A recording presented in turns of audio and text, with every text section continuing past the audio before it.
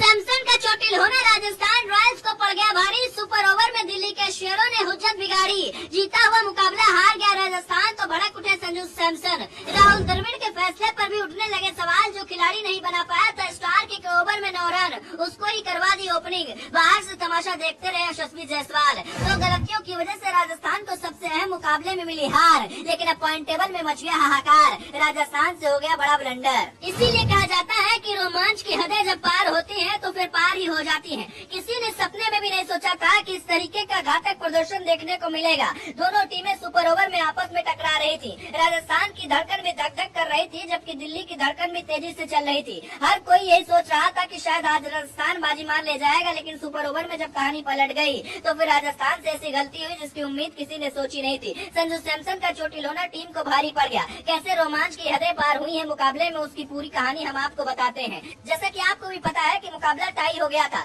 जिसके बाद super over कराया गया। लेकिन सुपर ओवर में जिस बात का डर हर किसी को सता रहा था वही हुआ। दरअसल मिचेल स्टार्क एकदम बदले की आग में जल रहे थे। पिछली पारी में संजू सैमसन और यशस्वी जायसवाल ने स्टार्क को ठीक ठाक चौके छक्के लगाए थे। स्टार्क एकदम से आग उगल रहे थे। उनको पता था कि इस मुकाबले में उनको कैसे अपने आप को साबित करना है, और बड़े मैच के बड़े खिलाड़ी तो मिचेल स्टार्क कहे ही जाते हैं। इस मुकाबले में जो कुछ देखने को मिला उस पर यकीन करना मुमकिन नहीं था। शुरुआत में रियान पराग आते हैं और उनके साथ में सिमरन हेटमायर को भेजा जाता है। ये सबसे बड़ी गलती राजस्थान की तरफ से थी। वो सिमरन हेटमायर जो एक ओवर में 9 रन नहीं बना सके थे मिचेल स्टार्क के ओवर में, आखिर उनको क्यों भेजा गया ये बात किसी के समझ में बिल्कुल भी नहीं आई। और तो और अगर बात करेंगे रियान पराग की, तो रियान पराग को भेजना भी किसी को समझ नहीं आया। हर कोई ये सोच रहा था कि यशस्वी जायसवाल आएंगे, लेकिन जब ऐसा नहीं हुआ तो उसका खमियाजा भी राजस्थान रॉयल्स को हार के तौर पर चुकाना पड़ा। राजस्थान ने सोचा भी नहीं था कि इस तरीके से सुपर ओवर में उसको हार मिलेगी, लेकिन जब रन ही नहीं बनेंगे तो क्या होगा। सुपर ओवर में खेलते हुए राजस्थान ने सिर्फ 11 रन बनाए और 5 ही गेंद वो खेल पाई। हैरान करने वाली बात तो ये रही कि फ्री हिट पर रन आउट हो गया, और लगातार 2 रन आउट होने के बाद तो कहानी ही खत्म हो गई। 11 रन बने थे तो दिल्ली के पास धुरंधर थे। जैक फ्रेजर मैकगर्थ हालांकि ओपनिंग करने के लिए नहीं आए, केएल राहुल को ओपनिंग के लिए भेजा गया। उनके साथ में ट्रिस्टन स्टब्स मैदान पर आते हैं।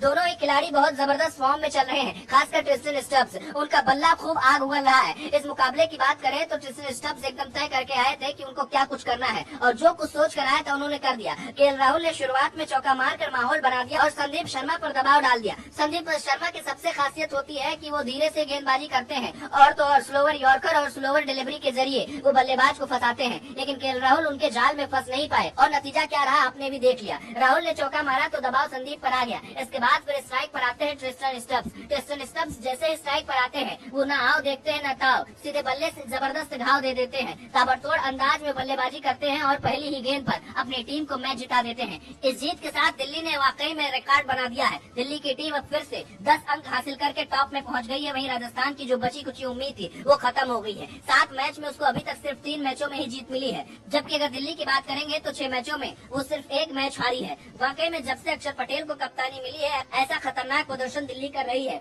जिसके बारे में किसी ने सोचा भी नहीं था। इस मुकाबले में अक्षर पटेल ने दिल जीतने का काम कर लिया। खैर अब देखना होगा कि राजस्थान के शेर क्या करेंगे, लेकिन संजू सैमसन का चोटिल होना भी राजस्थान को भारी पड़ गया। आपने देखा कि बल्लेबाजी करने के दौरान ही वो रिटायर्ड हर्ड हो गए। अगर संजू सैमसन खेल रहे होते तो शायद कहानी पलट सकती थी, लेकिन संजू सैमसन अभी चोटिल है और अब उनके अगले मुकाबले में खेलने पर भी संदेह है, जो राजस्थान के लिए किसी काले साए से कम नहीं है। वहीं दूसरी तरफ दिल्ली का हर एक बल्लेबाज फुल फॉर्म में चल रहा है। अब देखना होगा कि राजस्थान क्या वापसी कर पाएगी या नहीं। लेकिन सुपर ओवर का मुकाबला आपको कैसा लगा और क्या लगता है किसकी वजह से राजस्थान को हार मिली, अपनी राय कमेंट कर बताएं।